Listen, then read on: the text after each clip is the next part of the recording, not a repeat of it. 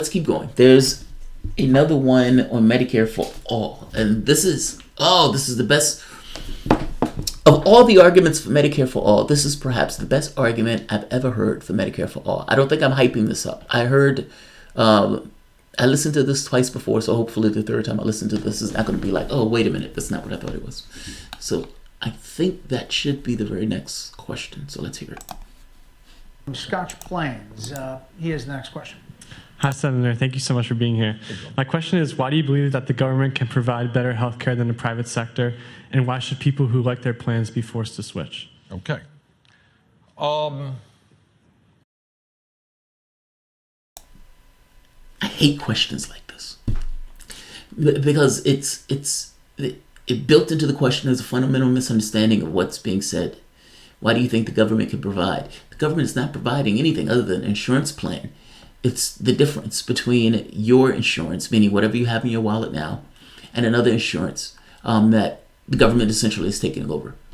Your insurance provider leaves, and the government does what they were doing at a cheaper price when you getting expanded services. In addition to having another 20 or 30 million of your fellow Americans being able to get health care, and you paying less for your health care, but paying for it in other ways other than point of service. That's what we're talking about. This is not a government takeover of healthcare. You're choosing your doctors. Your doctors are not going to be like mailmen. But let's hear Sanders answer this. It's just slightly aggravating. I've heard this. This is not the first or the second or the third time I've heard this fundamental misunderstanding of what is being proposed. For being here. My question is, why do you believe that the government can provide better health care than the private sector, and why should people who like their plans be forced to switch? Okay. First of all, let's be clear what we mean by Medicare for all. Okay? Medicare is a government-run program for seniors, which is widely popular and quite effective. In 1965, when Lyndon Johnson passed that bill, it was called by some Republicans socialism and everything else. But you go to the average senior and you say, how do you feel about Medicare?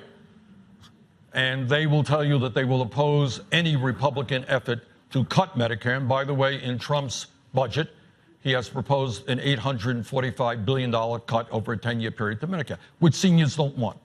So to answer your question, we are not talking about government-run healthcare. The Veterans Administration, and most veterans think that that's a pretty good healthcare system. Talk to the American Legion and the VFW. They strongly defend the veterans' healthcare.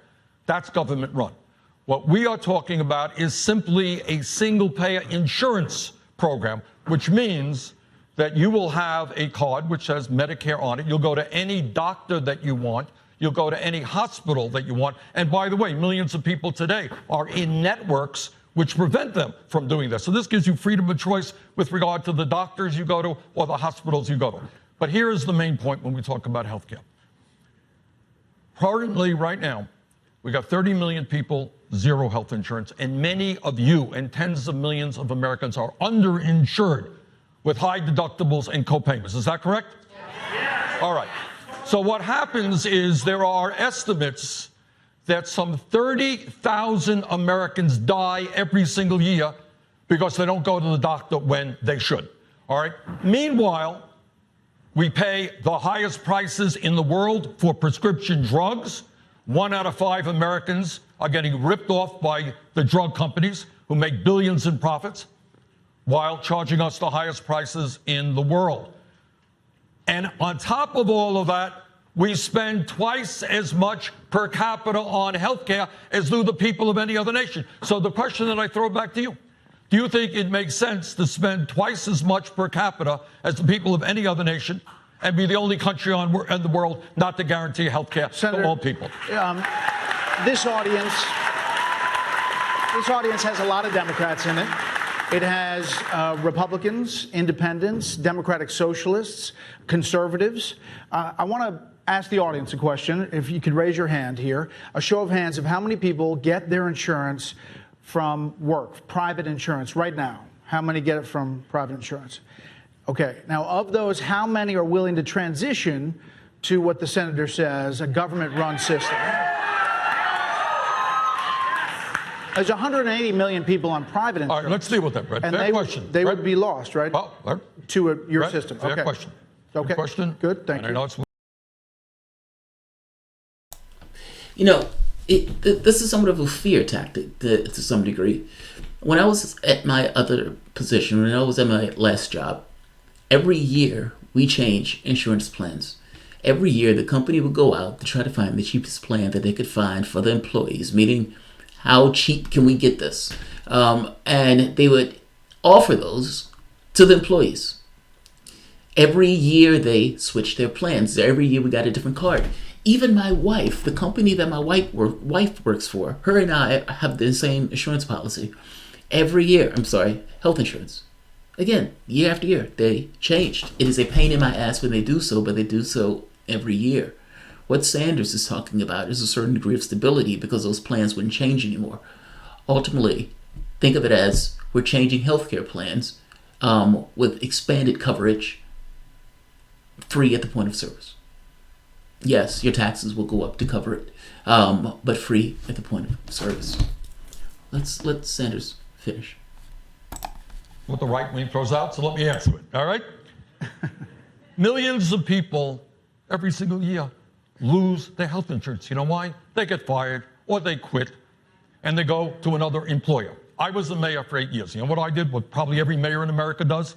Is you look around for the best insurance program, the most cost-effective insurance. You change insurance. Every year, millions of workers wake up in the morning and their employer has changed the insurance that they have. Maybe they like the doctors. People are nodding their heads. Okay, so this is not new. Every year. Now, what we're talking about actually is stability. That when you have a Medicare for all, it is there now and will be there in the future.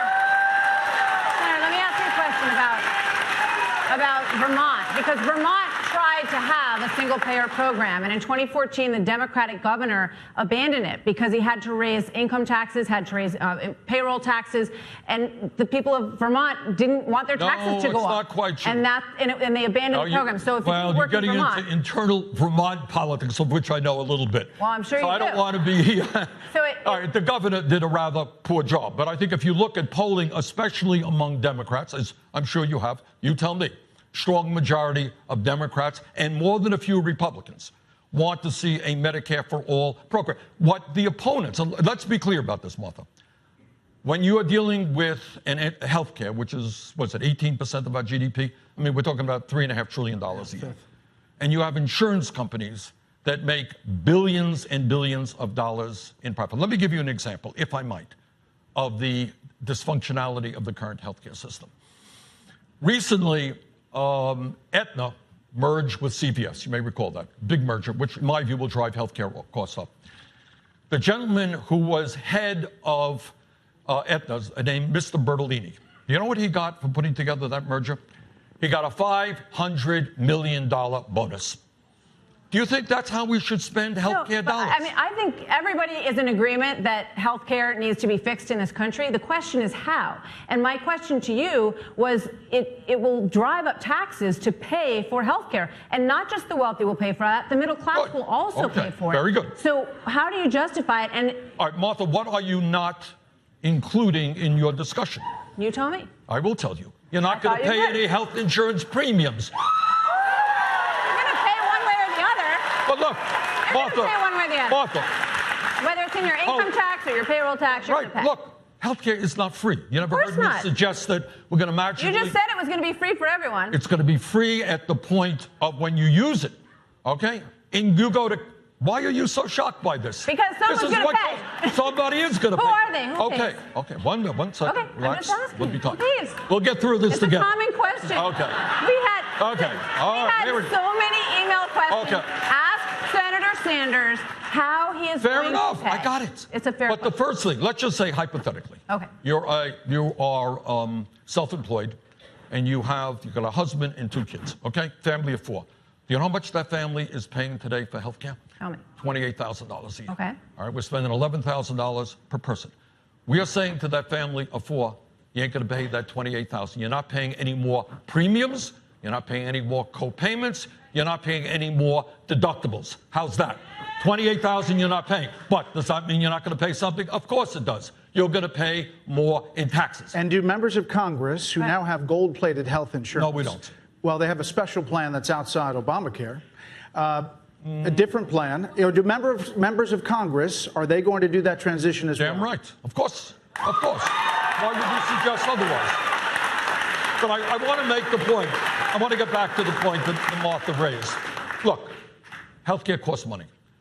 Every other country, or virtually every country, does it in the same way we do education for our kids. Okay, when a kid walks into school, kid doesn't have to take out a credit card, right? It's paid for out of public funds. That's what most countries do. So if you're asking me, if your question is a fair question, are people going to pay more in taxes? Yes. But at the end of the day, the overwhelming majority of people are going to end up paying less for health care because they're not paying premiums, co-payments, and deductibles. Yes. Yes. Like, this is why I love... You have no idea how much I love the start of Sanders going on Fox News, because I knew arguments like this was going to take place. If you want Medicare for all explained, go to the socialists and allow him to make the pitch for the thing that he has been pushing for God knows how long. That is an amazing case for Medicare for all that Bernie Sanders has just made. And doing so on Fox News, with Fox News hosts skeptically pushing back on him. He's like, why are you so shocked by this? We do this for education. Why does this astonish you so? You act as if this has never taken place, or that this has never taken place anywhere. God, I love that. I love that. I love that. I love that. You have no idea how much I love that. You have no idea. You have no idea.